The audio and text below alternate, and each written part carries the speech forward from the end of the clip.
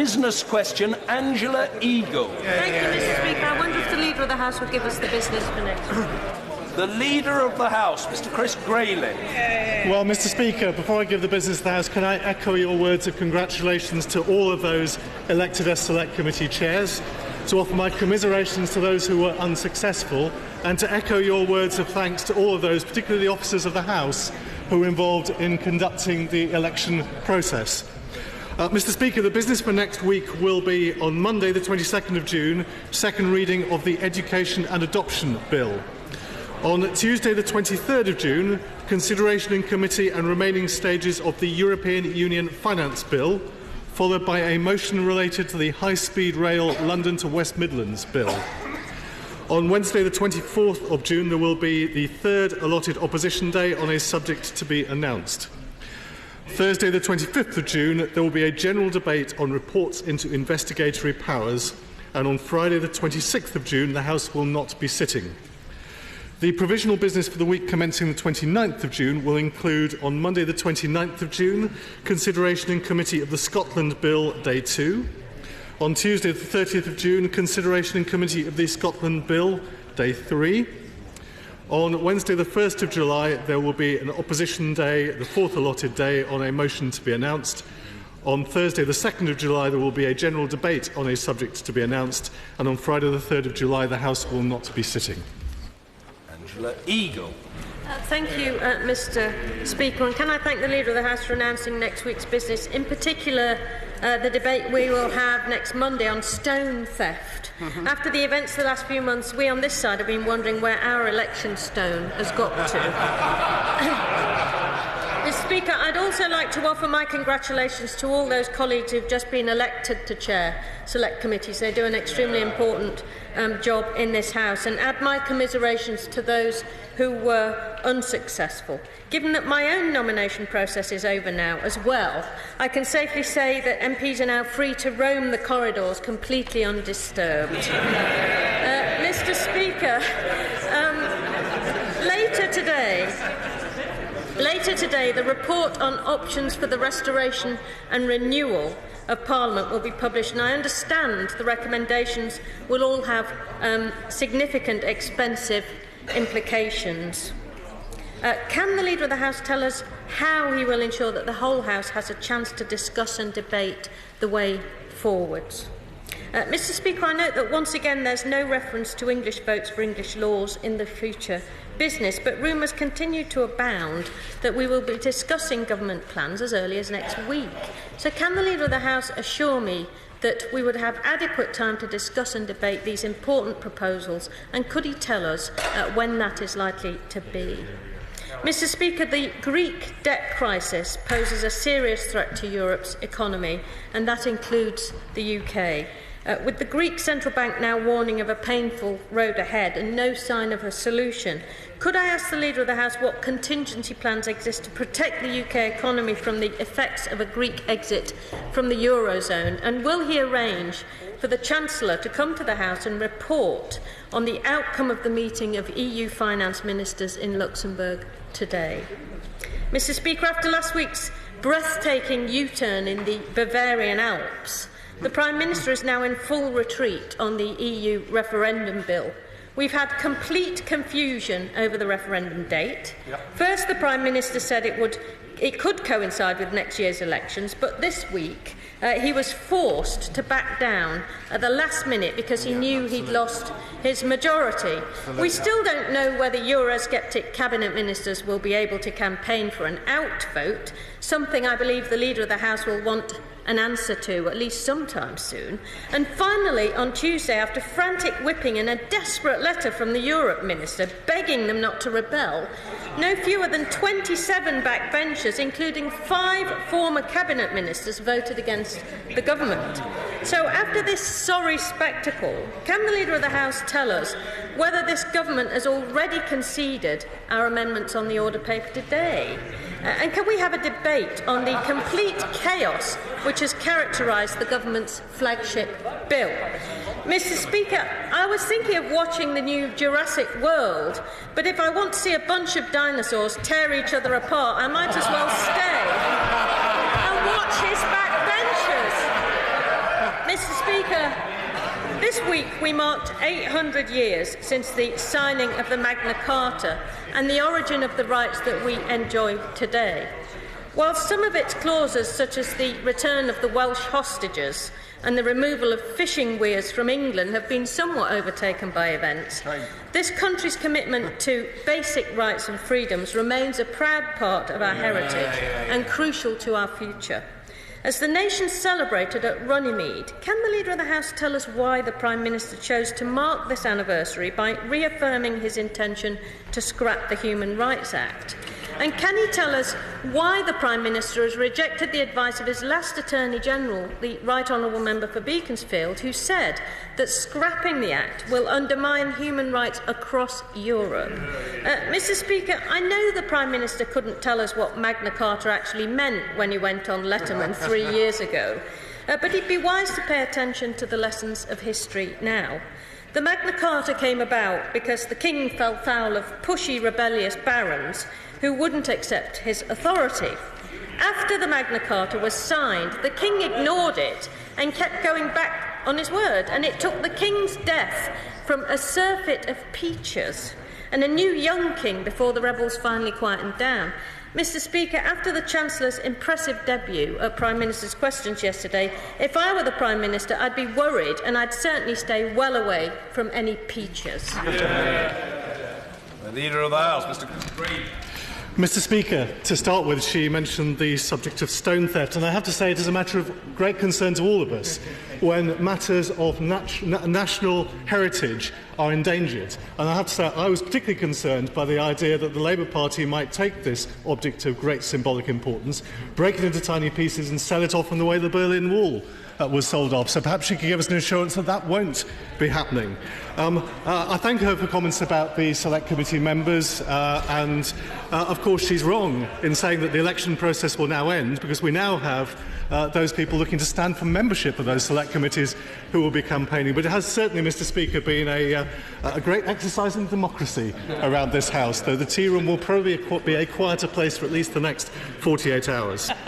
On the issue of the restoration of the House, as honourable members on all sides will be aware, we will be seeing today the independently commissioned report on the nature of this building, on the challenge that awaits us in ensuring it has a strong future. Officials will be briefing members of Parliament later today. We will then approach this whole issue immensely carefully. There will be a joint committee set up of both Houses of Parliament, which will consider both the report and the options laid out within it. We'll take a decision on the best approach forward, but that provisional decision will be subject to a vote in both Houses of Parliament and will be subject to extensive discussion over the months ahead. My very clear view, as I said last week, is that this building is an important part of our national heritage and our democracy, and it must remain as such. And I am not warm to the idea that we should look to move elsewhere. Nonetheless, we do have to face the challenges of making sure it is fit for the 21st century, and that discussion will involve all members of this House. She raised the question of English votes for English laws. I know she is eager to see our proposal. She will have to wait a few days longer. I have given a commitment that they will be laid before this House. There will be discussion in this House. They will be voted upon in this House. That will happen shortly. She raised the very important issue of the situation in Greece. I should simply say to the House, this is a matter that the government takes immensely, as being immensely important. A lot of careful thinking is going into how, if the Greek situation were to deteriorate, we would respond as a country and as a government. Clearly, the Chancellor, if things develop, will need to inform this House and will feel a duty to do so. Let us hope the situation can be resolved without the kind of economic turmoil that it could lead to both in Greece and elsewhere in Europe. She mentioned the whole issue of party unity. I have to say, Mr Speaker, I have been impressed this week by the breakout of unity on Labour benches, as members from all sides of their party united behind the great hope for the future of their leadership, the Honourable Member for Islington North.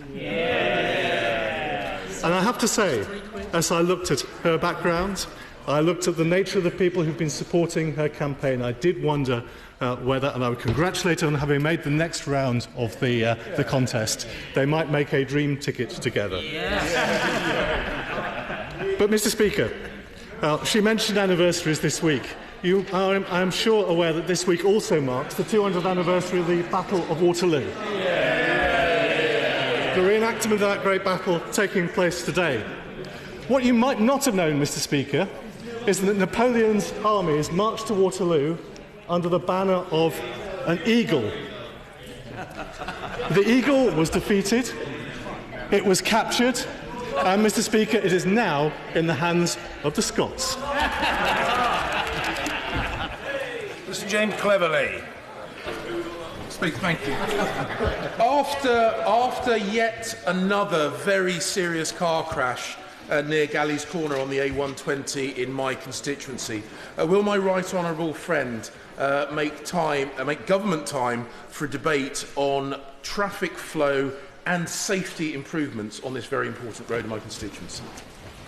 Well, Mr. Speaker, I welcome my honourable friend to his place in this House. It's clear he has already made a great start in representing the interests of his constituency on what, of course, is an immensely serious issue, something we as a government take very seriously. He will be aware that the Department for Transport is already funding a study in how it can improve safety on that particular stretch of road.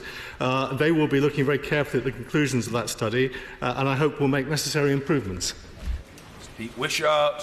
Very much, Mr. Speaker. Can I also thank the Leader for the business for next week, and can I also pay my congratulations to the winners of the Select Committee chairs, not because I have a personal interest in that, and commiserations to the losers. I felt for a minute there it was like a bad Oscars, or Britain's got some sort of talent when the announcements were being made, but congratulations to everybody involved.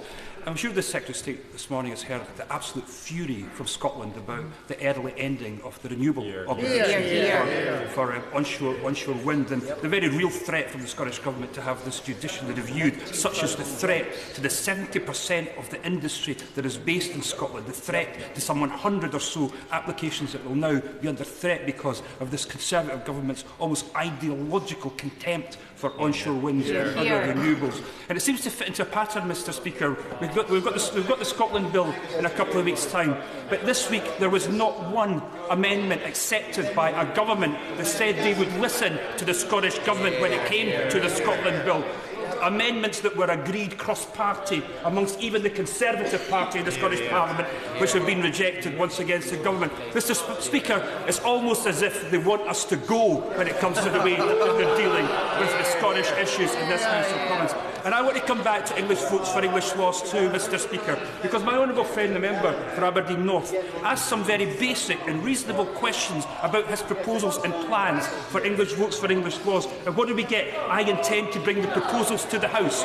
Now, I think we know that, Mr. Speaker, that he intends to do it. But as well as having no debate, no scrutiny, no consultations, we're not even supposed to ask the Leader of the House basic questions about English votes for English laws. When are we going to see these proposals? When are we going to have them brought in front of the House? And lastly, Mr. Speaker, I thought I was going to have business questions today with the first government defeat. And what a gift was given this week. An open goal for the Labour Party to only put the ball in its own net with the Tory rebellion. Now, the Leader of the House likes to go on about seating arrangements in this House. Can I suggest what we may want to do is to have us across there as the real opposition to this government, because this compliant lot sitting on their hands again and again and again is letting the Tories off the hook. They will not be let off the hook by the Scottish National Party. That is for sure. Can I start by congratulating the honourable gentleman on his own position, his chairmanship of the Scottish Affairs Select Committee. He's going to have a busy time as he also shares the hat of participating in this particular debate, but I congratulate him on that elevation. He made the point about onshore wind. Mr. Speaker, this is a government that is committed to renewable energy, but I'm afraid my idea of renewable energy does not involve covering some of the most beautiful parts of the United Kingdom and the Highlands of Scotland with wind farms.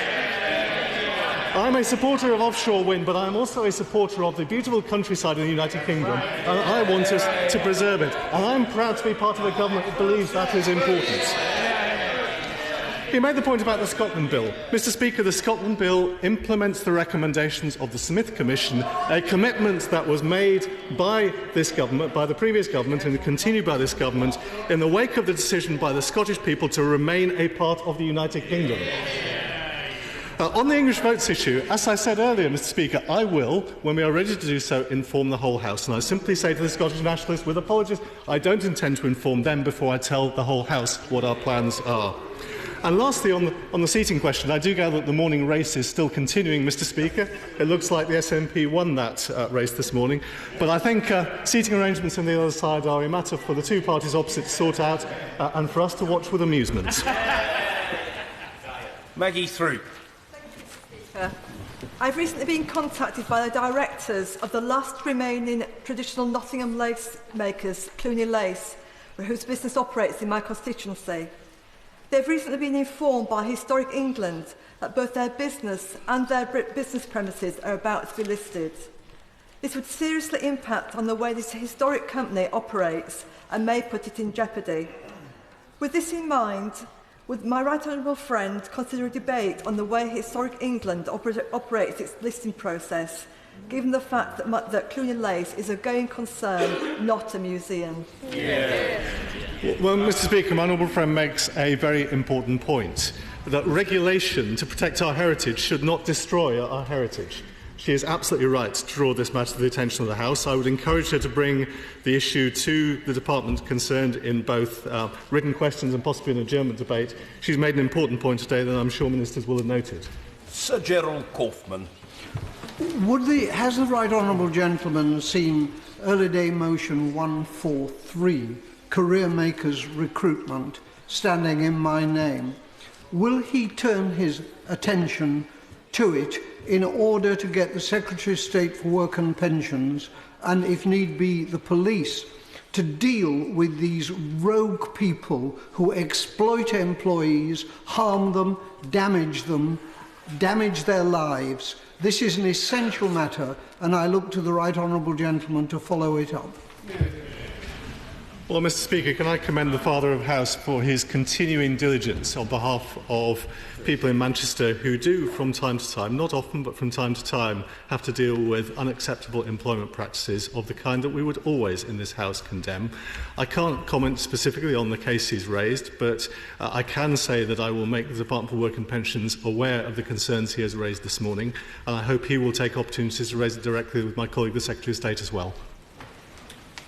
Jason McCartney. Thank you, Mr Speaker. Can I just firstly say that my adjournment debate on stone theft is on Monday evening. My local Kirklees Council, Mr Speaker, don't have a local plan in place at the moment, resulting in a developer's free-for-all, and I'm encouraging local residents to put in their objections into the Grimescar Valley development. Can we have an urgent debate on these kind of situations on planning as a whole? Well, Mr Speaker, I wish him well for his debate on stone theft. Of course, we wait with interest to see whether the precedent set in the general election campaign is followed by any of the leadership candidates producing their own stone commitments. Mr Speaker, the serious issue of planning is one that affects very many constituencies. The changes this government's put in place are very specifically designed to give greater power to the local plan, greater authority to the local plan. I would urge every council to move ahead as quickly as possible with the planning process. There are questions to the Department for Communities and Local Government in 10 days' time, and I would urge him to bring this matter to the attention of ministers on that occasion. Mr Nicholas Brown. Is it still the government's intention to hold a debate in government time on the renewal of the Trident platform, and is he able to say something to us about the timing of such a debate? Well, Mr Speaker, I can't give an indication yet about the timing of such a debate, but there will be, at an appropriate moment, a chance for this House to decide on the future of Trident. That is only right and proper. It is something this party and this government is absolutely committed to. I know there are some divisions of opinion in this House, but I hope across this end of the House at least there is an absolute commitment to the need to preserve our nuclear deterrent. Sir Edward Leigh. Can I return the lead of the House to the subject of the independent options appraisal on the future of this building? I know there's going to be a vote next year and a committee appointed and all the rest of it, but it's been widely trailed and we're being told it's going to be incredibly expensive for us to stay here. So I would thought it would be quite useful that we could have a very early debate so that the views of members can be talked about, because I would have thought there's no point saying this is an iconic building. What's important is what goes on inside this building. Well, Mr. Speaker, my honourable friend makes a really important point, and of course we have to make sure that this building is fit to continue the work it does today for generations to come. There will be a briefing on the report in the Boothroyd room at 12 o'clock. I will work as hard as I can to ensure that all members have an opportunity to contribute their views, not simply in this chamber, but actually in discussions with those who will be involved in the project as well. Angela Rayner. Thank you, Mr. Speaker. I'm extremely worried for my constituents in Ashton-under-Lyne, in Ashton, Droylsden and Failsworth and across the country. This week we had a report that was published in the media regarding the crisis that's unfolding in home care services. And I'm sure we've all got a vested interest in this as we all get older. I would like to see us having an urgent debate about how we can ensure that we treat our older people with dignity and respect and we deal with this crisis that's unfolding. Well, Mr. Speaker, of course, the Honourable Lady has taken advantage of the adjournment debate system to bring this and related issues to the House next week, and I'm sure she will make these representations to ministers. Of course, we are all concerned to ensure that proper care is provided to the elderly. That is why, in government, in the last government, we established the Better Care Fund that I believe will make a real difference in integrating social care funding and health care funding in a way that will improve the quality of care for the elderly in a way that's very necessary. Dr. Andrew Murrison. Sir John Chilcott's failure to publish his report in a timely fashion is a betrayal of the military covenant, a betrayal of those who served in Iraq, and in particular a betrayal of those who have suffered as a result of the Iraq War. Can we have an urgent debate in government time on why it is that Sir John has failed to bring forward his report?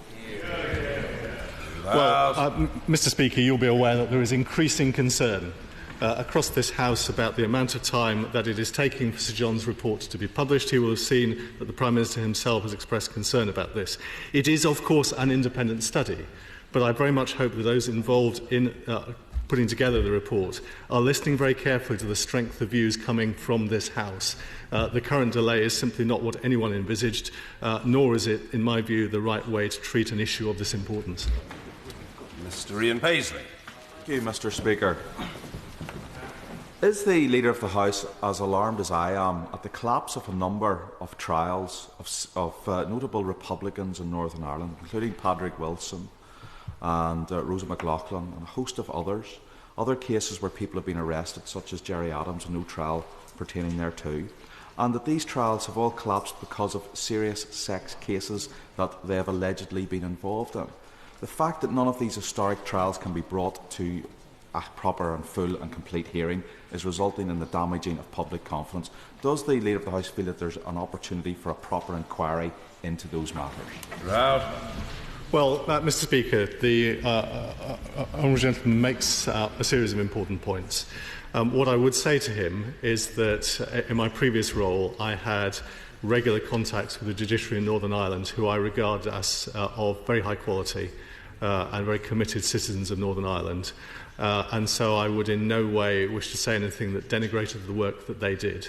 I'm sure that the Northern Ireland Secretary will take note of the questions he's raised in this House today. They are matters that clearly need to be dealt with sensitively, given the independence of the judicial process, and I'll make sure she is aware of his concerns. Jeremy Lefroy. Thank you, Mr. Speaker.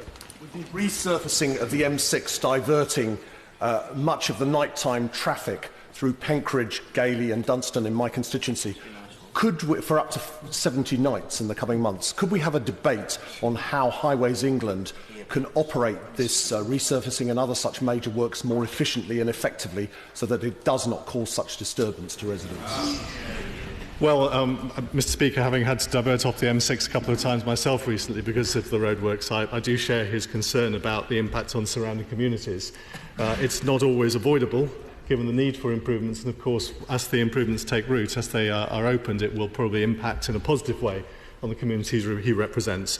But I will make sure that his comments are drawn to the attention of the Department for Transport, and he, of course, should use all the different channels available to him to make sure that ministers there are aware of the need to speed things up as much as humanly possible. Mr. David Winnick. While waiting for the briefing on the parliamentary building, is it not clear a previous report showed the crumbling state of the building and how costly it would be if the work to be undertaken, the essential work, was done with members and staff and everyone else in the place? Is it not important for a decision to be reached. I heard what the Leader of the House said about the committee and the rest of it, but is it not important for a decision to be reached so that the work necessary can begin in 2020? The longer we delay it, the more costly it will be. Well, Mr. Speaker, I very much agree with what the honourable gentleman says. This is something that we do need to get on with.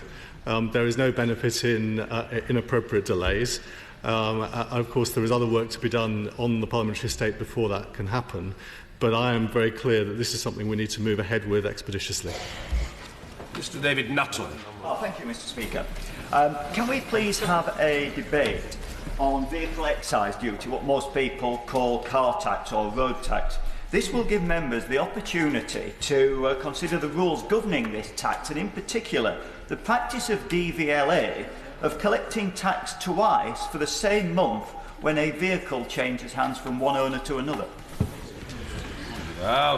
Well, Mr. Speaker, I hear the point that my honourable friend is making. Of course, the DVLA are working hard to improve the vehicle tax system. The removal of tax sticks, for example, has both saved money and created a system that we hope and believe will be more efficient. But I'm sure ministers will have noted the comments that he made. Roger Mullin. Mr. Speaker, can the Leader of the House inform us how many drafts of the Chilcot report have been received by Government for comment? Well, Mr. Speaker, we will wait to receive the report along with everybody else. It is an independent report. Independent reports are submitted to government when they are submitted to government, and as soon as we are able to give further information about it, we will. But we are waiting in the same way that he is. Mr. Richard Fuller. Thank you, Mr. Speaker. Further to an answer given by my right honourable friend to a question last week from my honourable friend from the member for Harrow East regarding legislation on caste discrimination, does my right honourable friend agree the issue is not so much whether discrimination legislation is unwanted, but whether it is necessary, and if we are to have a statement by the Minister, can she include in that acknowledge the meetings and representations that she has had from those who are affected by caste discrimination in this country? Well, Mr. Speaker, these are, of course, sensitive issues. We are a society where every individual should be treated equally and fairly, and where the law should apply to all parts of our society in the same way. There will, of course, be opportunities to address ministers the week after next. We have equalities questions, we have DCLG questions, and both those colleagues who have raised this issue in the last week and a half should feel free to raise them again with ministers on that occasion. Mr. Ian Austin. Thank you, Mr. Speaker. Can I ask why everybody's assuming, if we do have to move out of Parliament while it's repaired, why we just automatically move to somewhere else in London? Why can't we move to the Midlands, preferably the Black Country? It would be much easier. It would be much easier for most.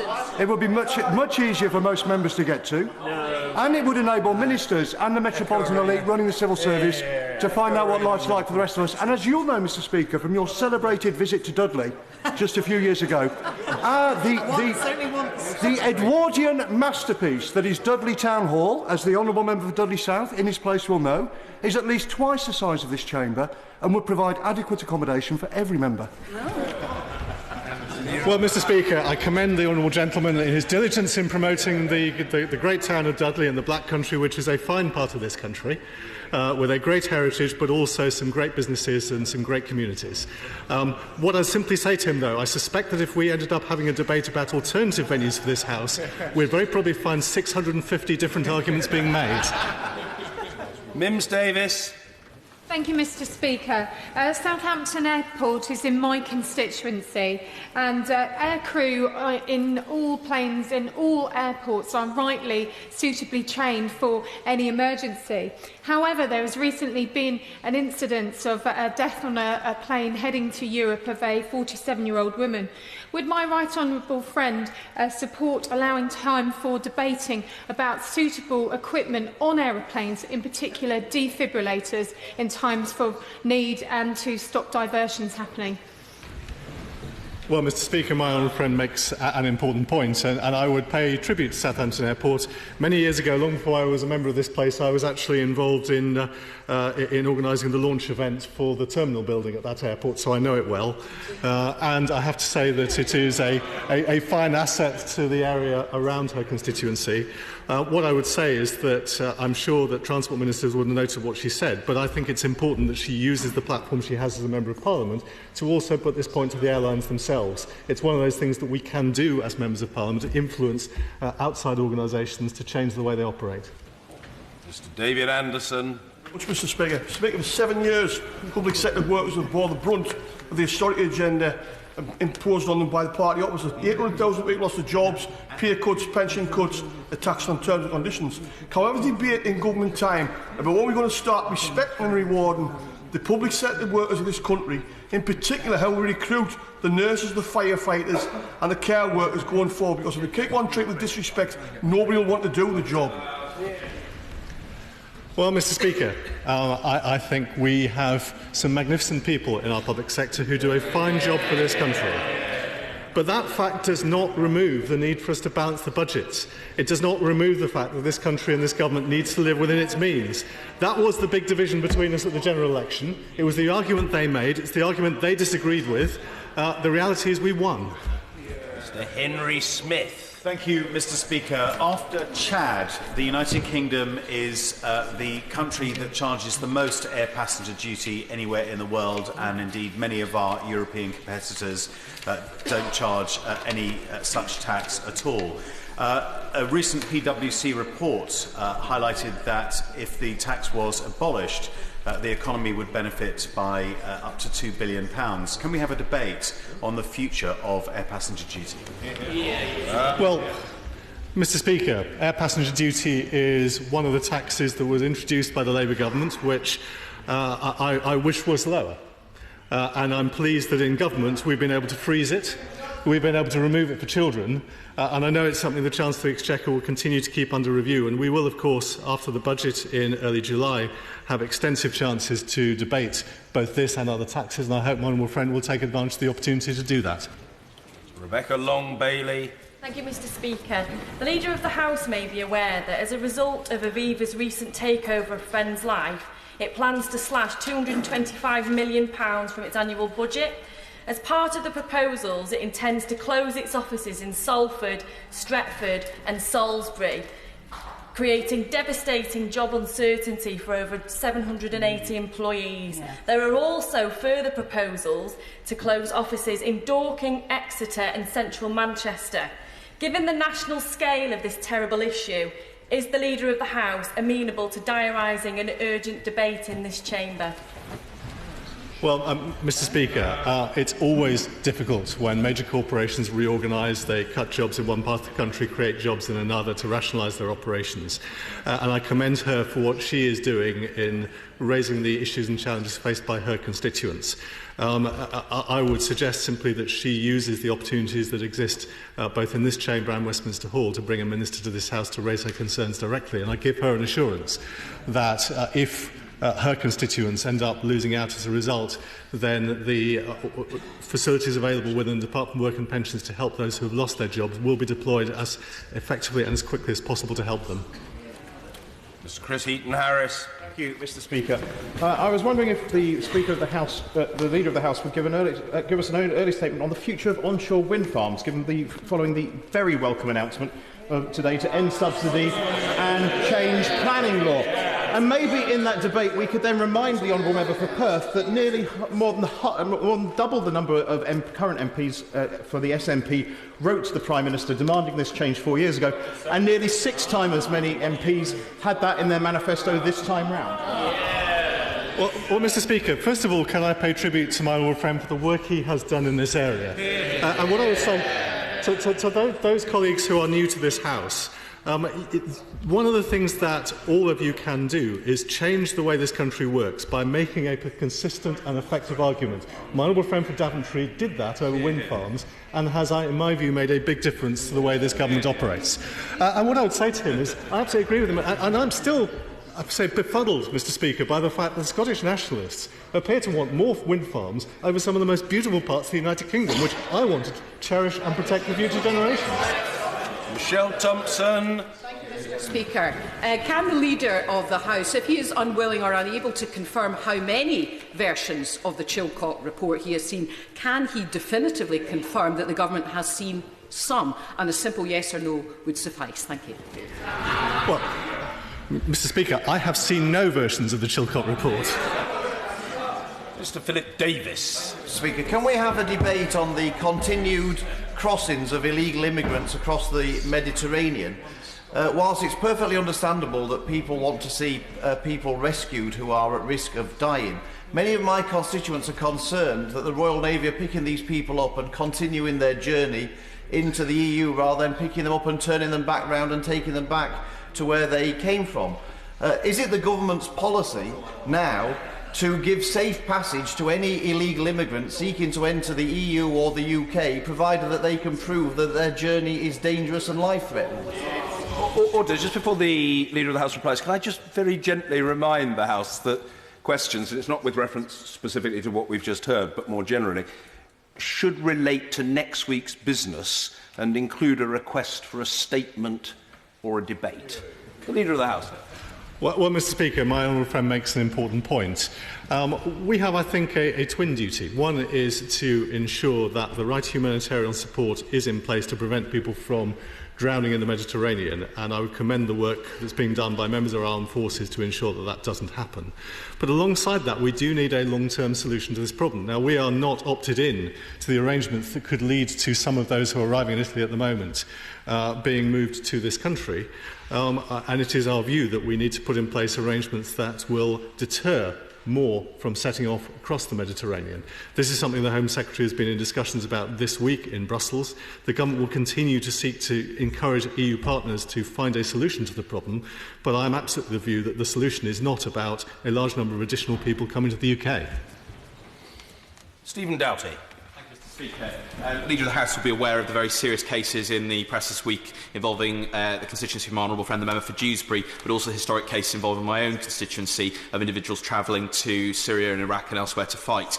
Could he find time for an urgent statement from the Home Secretary on the progress that is being made specifically on tightening up exit checks and engagement with airlines, with border posts and with transit countries so that we can be doing everything we can to prevent young people from travelling to fight in these horrendous conflicts? Well, Mr Speaker, first of all, let's be clear that I am as disturbed as I suspect every member of this House is by the events of the last few days. My heart goes out to the two fathers whose families have apparently travelled to Syria. None of us can truly understand why they would have taken that decision. We have already put in place much more stringent exit checks, and of course he will be aware that the two families appear to have been previously stopped upon exit or attempted exit from the country. I know the Home Secretary will be looking carefully at what's happened. We'll look as to whether additional measures can be taken or should be taken, and we'll update the House accordingly. Mr Kevin Foster. Thank you, Mr Speaker. I'm sure the whole House will share my concern that Torquay United's Youth Academy may close. Can we have a debate on the future of youth development in our national game? Well, Mr Speaker, I absolutely share my honourable friend's concern. A youth football structure in this country is vitally important. We cannot simply buy all the players that we need in this country from overseas. We need a strong youth development structure. We need to bring forward the stars of tomorrow at all levels. What I would say is that the one thing that football as a whole is not short of is money. And I would like to see the football authorities, the different authorities, doing the right things to ensure that youth development in this country is done properly. And I know my honourable friend, the Sports Minister, shares that view. Mr Barry Sherman. Mr Speaker, can I remind the Leader of the House that we need an urgent debate on the cost to individuals, to families and to our country of autism? And is he aware that up and down the country, if we don't diagnose autism early and give the recommended treatment and support, then that cost to the individual, the family and our country gets greater and greater? Can we have that urgent debate? Well, Mr Speaker, I absolutely understand the point he's making. There are some fantastic people working in the field of autism who are making a real difference to the lives of young people. I would pay tribute to Linden Bridge School in my constituency, which I have seen turn the lives of young people around and help them deal with autism. He makes a really important point. I know he will continue to use the opportunities in this House to make that point. It is an issue that very many of us share his concerns about, and I know the Secretary of State also does. And of course, the excellent Dr. Gillian Baird, who is a specialist in this subject, is also one of the Right Honourable Gentleman's constituents, something I think he knows very well. Mr. Nigel Evans. Mr. Speaker, the Sunday Times suggested that during the renovation of this wonderful palace, that we should all decamp to Dansop Bridge in my constituency. Now, as welcome as you would all be, I think that may add a few £billion onto the cost, Mr. Speaker. And it's the costs which have varied between £1 billion and £6 billion. Now, I know we're in uncharted territory when we start renovating this wonderful, iconic building, but can the Leader of the House assure us that during all the processes that are followed and the clinical monitoring that will be necessary, that he can make absolutely certain that there is a tight grip on the costs of it? We want it done right. We want it done right. But my goodness me, can we make absolutely certain that the taxpayers aren't fleeced? Well, Mr. Speaker, as I said a moment ago, 650 different arguments were undoubtedly made, including, Mr. Speaker, for the Duchess Standard Epsom Downs racecourse. But in reality, I'm very committed to the future of this building. We've got to do this right. It's got to be done carefully. It's got to be done in consultation with members in both Houses of Parliament, because this is a matter that does affect both Houses of Parliament. He's absolutely right about the financial side. I don't think there's any danger of the Treasury leaving that untouched either. But, Mr. Speaker, the important thing is that we do the right job for future generations. We are custodians of a great part of our national life in this building, both what takes place within it and the building within which it takes place. We should protect both of them. Stuart Malcolm MacDonald. Thank you, Mr. Speaker. The case of the Saudi blogger Raif Badawi is well known in this House. I've had a look back at some statements that have been made by government ministers since 2010, and in response to questions and statements, no government minister of this government or the previous one has ever said without equivocation that Mr Badawi should be set free. We should be joining Sweden in calling for just that. Can we have a statement from the government on this urgent issue? Well, Mr. Speaker, we have deplored as a government the sentence passed in Saudi Arabia on him. I will make sure the Foreign Secretary is aware of the concerns he has raised. I don't see there being any justification for that sentence. The idea of floggings in public are things that I think should belong to the past, not to the present or the future. And I'll make sure the Foreign Secretary is aware of what he said. Sir Alex Chalk. Thank you, Mr. Speaker. Potholes in my constituency continue to be expensive for drivers and dangerous for cyclists. The last government increased local highways maintenance funding by around £1 billion compared with the previous 5 years, but it's right to say that the results are not always feeding through into improvements on the ground. Will the government hold a debate on how we can help councils make taxpayers' money go further? Well, Mr. Speaker, I would advise my honourable friend, if he has this problem in his area, my own experience in my own constituency and in the county of Surrey is that the patch and mend approach that many councils adopt does not work, and that actually where you're dealing with repairs like this, it is better to replace sections of road rather than to just simply put some material in the hole. And I would encourage him to talk to his local authority and ask them to look at where it has been done better elsewhere, because the money that is there at the moment can be made to work better. Helen Jones. The Leader will be aware that there is deep concern that the recent IPCC report into events at Orgreave recommended no further action despite finding evidence of serious criminality during and after those demonstrations. Can he ensure that the Home Secretary comes to the House to make a statement, because these events have ensured a denial of justice to those people involved at Orgreave, but they also call into question whether the IPCC is fit for purpose? Well, Mr. Speaker, this of course has been the week in which the Philae Lander came back to life again after many, many months of silence. It's also been the week when the Labour Party of the 1980s came back to life again. Mr. Speaker, the IPCC has looked at these issues, it has reached its conclusions, and there, I'm afraid, I believe the matter should rest. Dr Matthew Offord. Thank you, Mr Speaker. The Department for Education entered into a funding agreement to establish the Watling Park Free School in my constituency. The school's already offered 40 places to children in an area of high demand, and these children were due to start at a temporary class in September.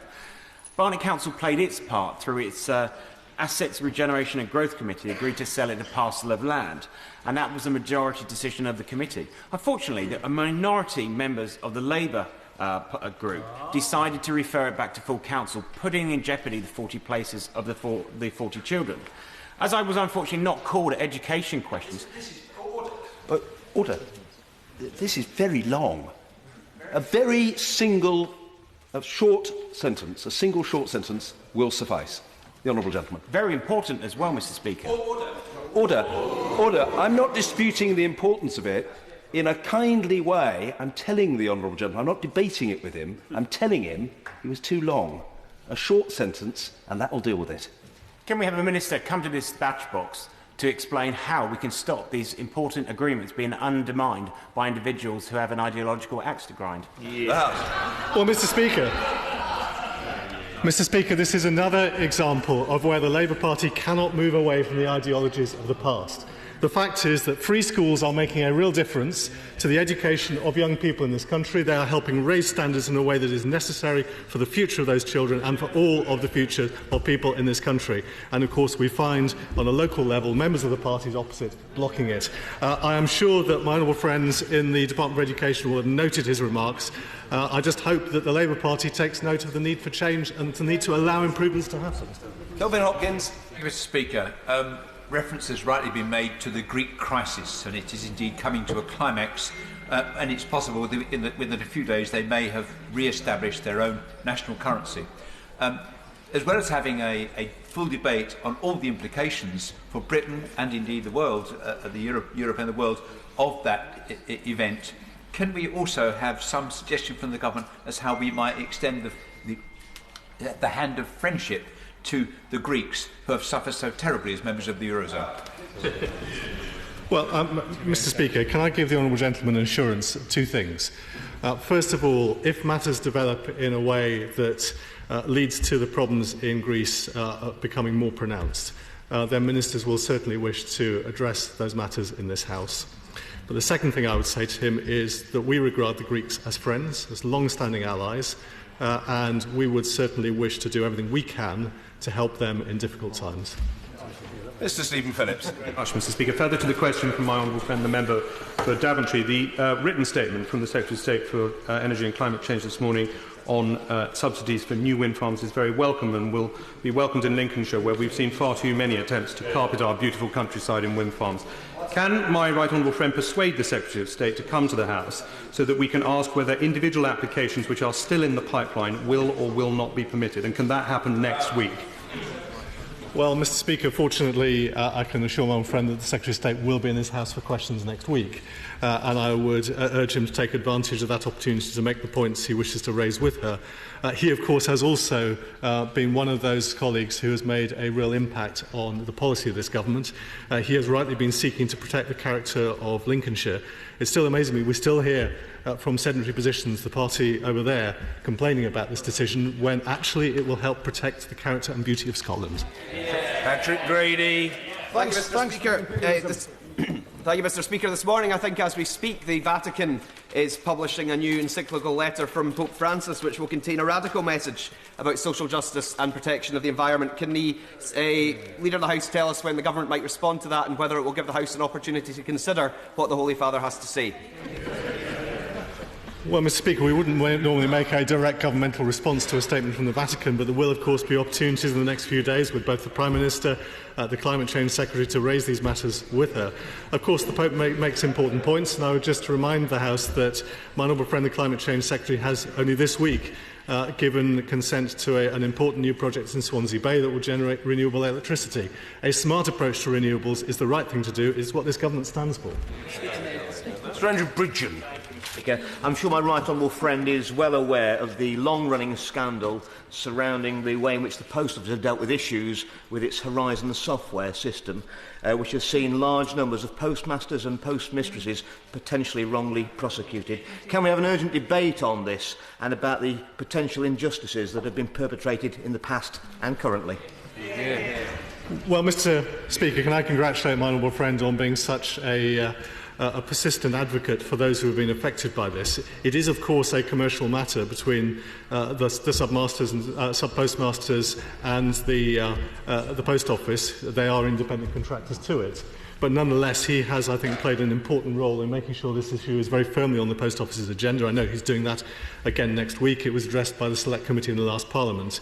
And it will only be through the persistence of members like him that any wrongs end up being righted. Mr. Kevin Brennan. Thank you, Mr. Speaker. When we consider what we do about the refurbishment of this place, will there be an opportunity to discuss what happened between June 1941 and October 1950, when the House of Commons, of course, met in the House of Lords chamber, a period of time when we won the war and also had the greatest government ever, the 1945 Labour government? Would that be one option we could consider? Well, Mr. Speaker, I would remind the honourable gentleman that these are decisions that need to be taken by both Houses of Parliament. They need to be taken with great sensitivity. They need to be taken after extensive discussion. And I think trying to identify individual solutions now might be slightly premature. Will Quince. Thank you, Mr. Speaker. In Colchester, we've seen an unfortunate number of high-profile cases involving knives. Over the past few years. Will my right honourable friend allow time for a debate on the importance that education and charities can play in tackling the scourge of knife crime?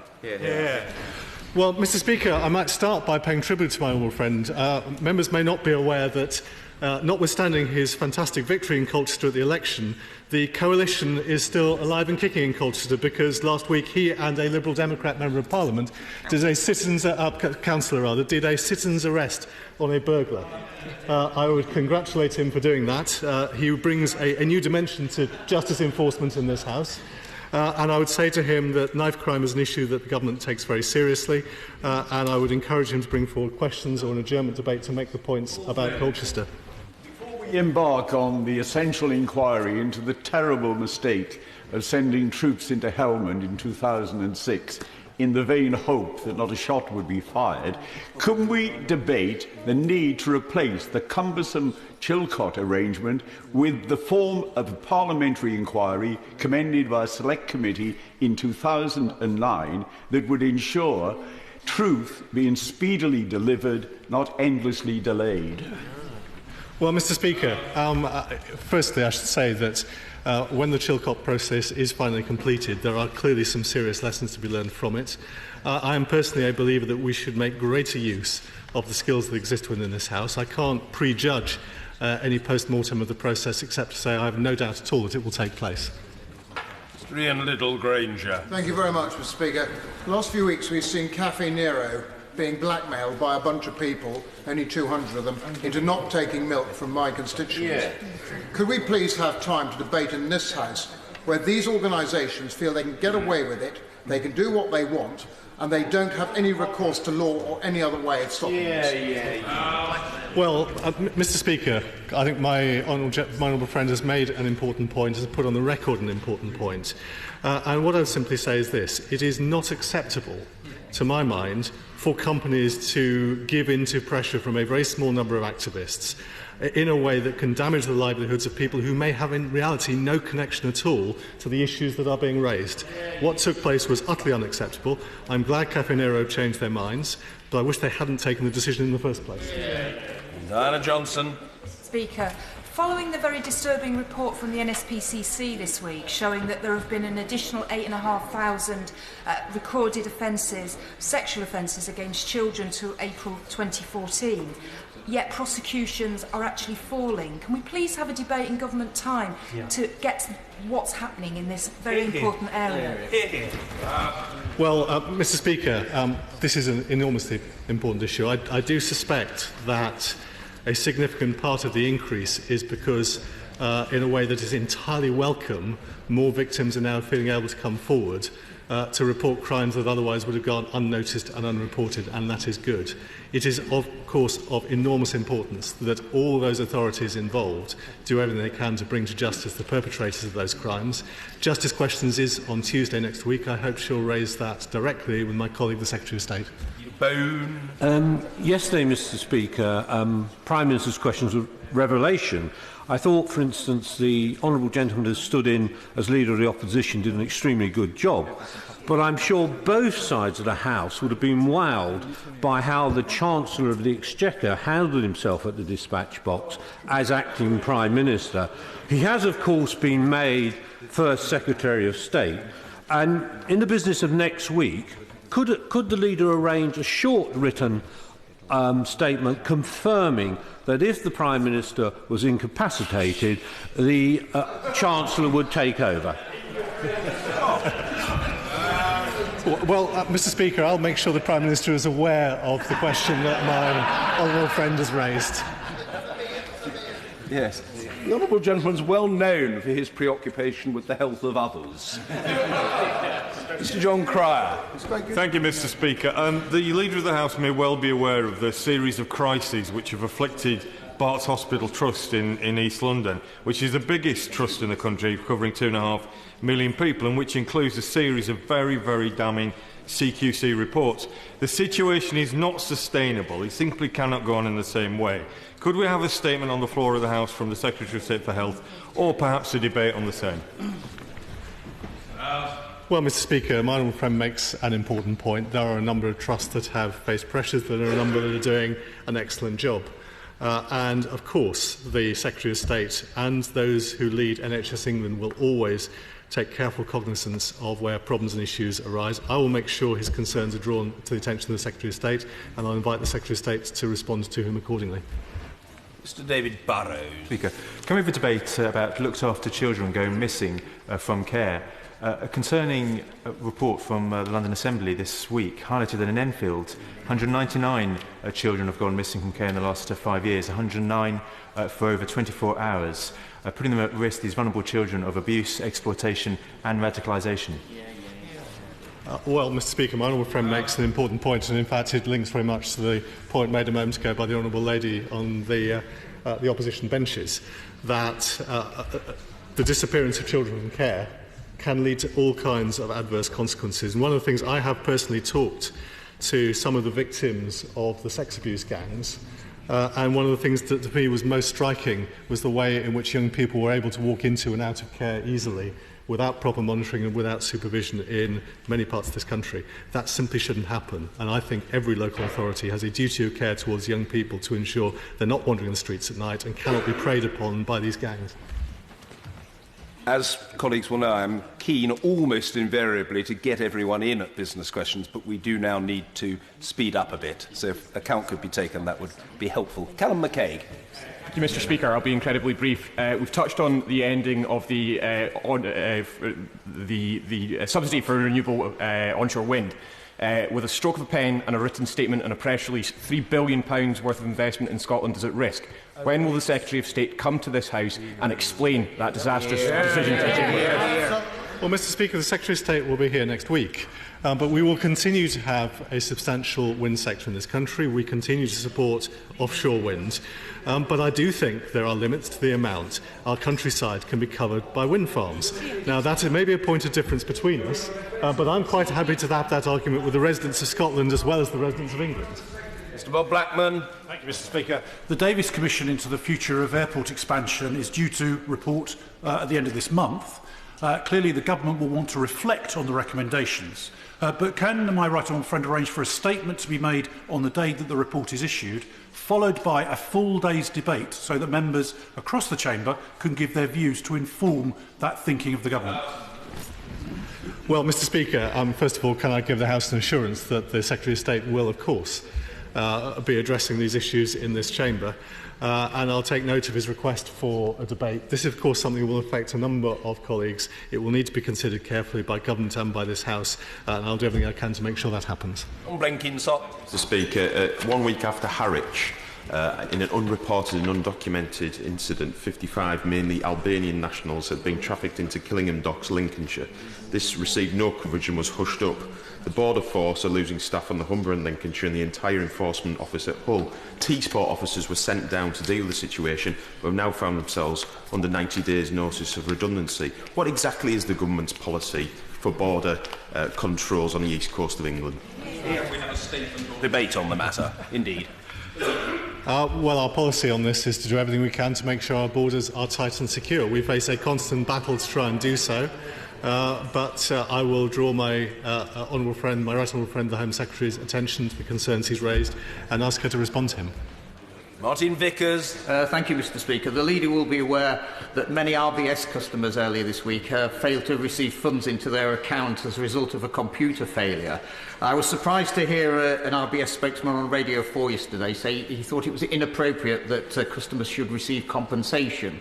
Banks, of course, are compensated in reverse by charging their customers. Could he find time for a debate next week or very soon on this issue?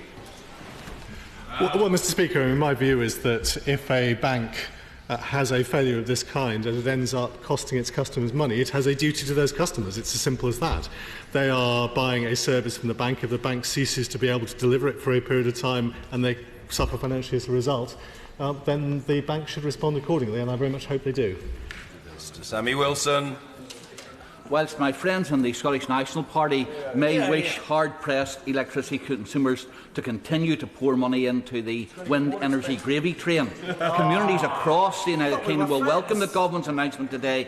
However, given the consequences of the high cost of electricity, can we have a debate on why the Government still insists that electricity consumers will have to subsidise expensive offshore wind energy when there are cheaper alternatives from coal and gas generation? Well, Mr. Speaker, the honourable gentleman will of course have the chance to raise that point with the Secretary of State next week. But I'm glad and grateful for welcoming today's decision. There are very many beautiful parts of Northern Ireland that are sometimes well served by wind, but which I would not wish to see covered in wind farms. Mr. Oliver Colville. Thank you, Mr. Speaker. 2 weeks ago, a fire took place in Clarence Street in my Plymouth Sutton and Devonport constituency. You'll be relieved, Mr. Speaker, to know there were no fatalities in that fire. However, this is the second serious fire which has taken place in my constituency within the last 6 months. Do you think we could actually have a debate, please, on how we can improve safety and measures that we can take to avoid house fires of this sort as well? Well, Mr. Speaker, I'm very pleased that there were no fatalities, but house fires are always both alarming and concerning when they happen, jeopardising life as they do. Can I say to my honourable friend that actually I think it would be beneficial for fire safety generally if we in this House did what we could to raise awareness of the issue, and can I suggest he takes advantage of one of the 90-minute slots in Westminster Hall to requisition such a debate? I think that would help build awareness of the challenge he rightly draws attention to. Leigh Lynch. Mr. Speaker. During the general election campaign, the Prime Minister told my constituents that the A&E in Halifax would not close. The CCG last week said that the Prime Minister's pledge should be taken up with the Prime Minister and not with them.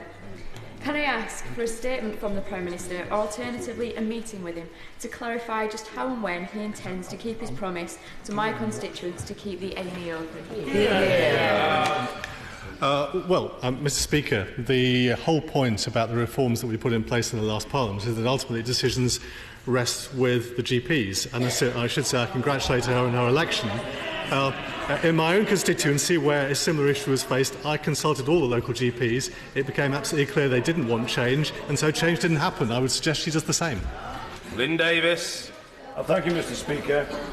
This morning, the Government issued 2 written statements about the future of onshore wind. These are important policy changes, especially when linked with the Prime Minister's clear assurance 2 weeks ago that any wind farm without planning permission currently will not receive any subsidy whatsoever. Now, can I add my request for a written statement when we can explore the implications of these changes, particularly how they affect my constituency of Montgomeryshire, which is threatened with desecration? Well, Mr. Speaker, I hope very much that the changes we've announced today will prevent any desecration of the kind my honourable friend refers to. My comments about the beautiful areas of Scotland apply equally to the beautiful areas of his constituency. It is one of the loveliest parts of Wales, and I very much hope that these changes will protect his constituency for the future. And I also hope he'll take advantage of next week's energy and climate change questions to make sure the Secretary of State gives him that further information he's looking for. Christian Matheson. Mr. Speaker, can we have a debate about the ability or otherwise of Highways England to manage correctly infrastructure projects, particularly in the light of their failure to manage the A483, A55 Post House roundabout project in my constituency? And, sir, might that debate also include the question of the private sector contractors who have contributed to that failure and whether they might be precluded from further public sector work until they can demonstrate competence? Such a debate would be timely, sir, because in the next 2 weeks we're coming up to the third deadline for the completion of that work. Well, Mr. Speaker, can I welcome him to his place in the House? And can I say to him that he's rightly raising an important issue that affects the Chester area? Can I suggest he looks to take advantage of the system of adjournment debates to bring a minister to this House so he can raise the issue directly with them? Julian Sturdy. Thank you, Mr. Speaker. Can we have a debate on the future of consistent forms of renewable energy, such as wave and tidal, and energy storage to future-proof our energy network? In asking for this debate, can I also wholeheartedly welcome the written statement this morning on the ending of lucrative taxpayer subsidies on onshore wind farms that are threatening to encircle the City of York? Well, Mr. Speaker, I'm glad that my honourable friend is happy with today's announcement. I share his views about renewable energy. I'm very pleased that the scheme in South Wales has been given the go-ahead for tidal power generation. He will, of course, again have the opportunity next Thursday to raise these issues with the Secretary of State, and I hope he'll do so. Christopher Stevens. Much obliged, Mr. Speaker. Can I add my voice to those on both sides of the House who wish an urgent debate or statement on further delays to the Chilcot inquiry? Can I impress upon the Leader of the House the anger and frustration in terms of issues of maximisation, and impress upon him the views of my constituent, Mrs Rose Gentle, whose son Gorton was killed in active duty in Iraq, that there is very real concern that they have waited for answers for far too long. Mr. Speaker, I agree with the honourable gentleman. I share the frustration. I absolutely understand the frustration will be shared by his constituents. This is an independent process. I have no doubt after it is completed, lessons will need to be learned. But I think the messages going out from this House now, from all sides, are both appropriate and I hope will speed things towards a proper conclusion. Bruce Stevenson. Speaker, to mark National Care Home Open Day tomorrow, I'll be visiting 3 care homes across Pendle. The debate around care homes so often focuses on bad care, so could we have a debate on National Care Home Open Day which would allow honourable members across the House to pay tribute to the many excellent local care workers in our constituencies and celebrate the many examples of great care we see? Well, Mr. Speaker, can I pay tribute to my honourable friend for the very important point he's making? It is often the case that bad examples of care hit the headlines. The good examples that exist in all of our constituencies, the very devoted and diligent work done by those people who work in those homes, often goes utterly unmentioned. It is right and proper that it should be championed. I commend him for what he's doing. I'd say to him that the Minister will also be visiting a care home in Cheshire tomorrow, and I hope all members will take advantage of this opportunity in the next few days to say thank you to those people in their constituencies who do this important work. Danchuk. Mr. Speaker, the whole House will be aware of the recent decision by the Director of Public Prosecutions not to prosecute Lord Janner for alleged child abuse due to his apparent ill health. Can we have a debate on this decision, and can the Leader of the House offer any advice on why Lord Janner is able to retain his seat in the other place, writing laws, when he is apparently unable to face the law himself? Well, Mr. Speaker, of course, this is an immensely sensitive issue, and it's part of a much broader sensitive issue, and I would commend the work of the honourable member that he has done in this area. He has done as much as anyone to raise to the forefront what is a matter of very great national concern.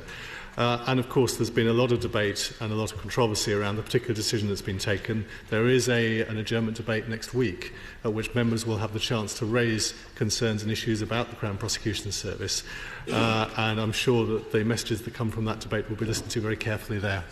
Ian Wright. Thank you very much, Mr. Speaker. I very much agree with what the honourable gentleman for Pendle has just asked the Leader of the House. But the Care Quality Commission has just inspected Admiral Court Care Home in my constituency, saying that it showed a blatant disregard for humanity. Residents were virtually imprisoned, they were denied food and water, and wheelchair users were not allowed to wash. It's an absolute disgrace that this sort of thing happens in our country in 2015. So on the back of that, can we have an urgent debate on quality of social care to ensure ensure that often the most vulnerable people in our society don't have to suffer in this way again.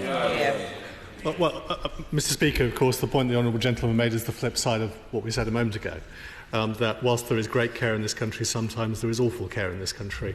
I think what I find encouraging at the moment is the willingness of the Care Quality Commission to simply close bad homes. It is not acceptable to leave people in that condition, and anyone who is running a care home that is substandard in the way it looks after our elderly should expect the knock on the door and should know their livelihood's in danger. And I would commend the Care Quality Commission for making sure that that does happen in enough cases to send a message. Mr. Andrew Gwynn. Mr. Speaker, in the last 12 months, the 8 NHS hospital trusts in Greater Manchester have spent over £100 million employing agency staff. Can we please have a statement from the Health Secretary about the training, recruitment and retention of nurses in the NHS so that our health service can be both financially and medically sustainable for the future? Well, Mr. Speaker, this of course is a subject that's debated regularly in this House and will continue to be so. And I know health service managers and indeed ministers in the Department for Health are very focused on this issue. It is an unnecessarily high level of cost. I am personally very strongly in favour of the creation of banks within the NHS rather than externally generated ones in the way that some trusts are now doing. Certainly in my area that's beginning to happen. I think it's right and proper we try and bring down costs in the health service where we can. This is an important way of doing so. Mr. Peter Grant. Thank you, Mr. Speaker. The Leader of the House will be aware that a few days ago the UK Government rejected a freedom of information request on the grounds that its compliance would involve the release of information that could damage our relationship with France. Given that the request was about the circumstances in which a then Minister of the Crown authorised the deliberate leaking of a confidential but probably inaccurate record of a private conversation between another Minister of the Crown and a senior representative of the French Government, could we have an urgent statement from the Secretary of State for Scotland to reassure the House that the Government's attitude to secrecy in open government is based on what's in the interests of the public and not as what is politically expedient for individual politicians? Well, of course, Mr. Speaker, given the changes that have taken place in recent times, the Government has no particular reason to have a vested interest in this matter. But what I would say to him is two things. First of all, it is important that government can operate in a way that is in the interest of the country. And I know that those who look at ways of responding to this kind of inquiry will always seek to do that. But of course, if he and others are concerned about it, the point of having an Information Commissioner and an Information Tribunal is to enable decisions to be challenged to make sure they're right or wrong.